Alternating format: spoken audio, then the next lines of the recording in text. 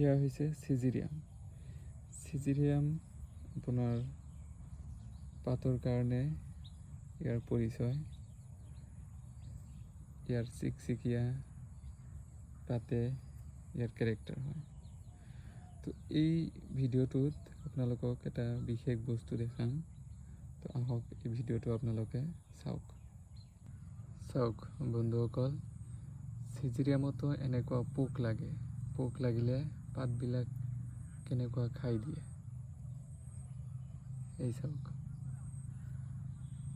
তো এনেকুৱা ধৰণৰ পোক আপোনাৰ চিজিৰিয়ামতো লাগি আছে নেকি? কিন্তু এটা কথা, আপুনি এই পোকবিলাক দিনত দেখিবলৈ নাপায়। এইটো সন্ধিয়াৰ ভাগত বা ৰাতিহে পোকবিলাক এনেকুৱা পাতখিনি খাই থাকে। তো আপুনি এক কাম কৰিব, যদি এনেকুৱা পোক লাগিছে আপোনাৰ চিজিৰিয়ামত, তো যদি ইয়াৰ ট্ৰিটমেণ্ট নলয় গোটেইখিনিত আপোনাৰ লাগি যাব। তো আপুনি এক কাম কৰিব, আপুনি আজিকালি বীজ ভাণ্ডাৰত চাফ SAFF আৰু ইক্কা EKKA এই দুটা লৈ আহিব। বেছি দামো নহয়, আপোনাৰ 50-60 টকা হ'ব পাৰে।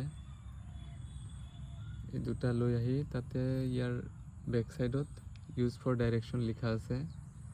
তো আপুনি সেই হিচাপত চাই আপুনি স্প্ৰে কৰি দিব।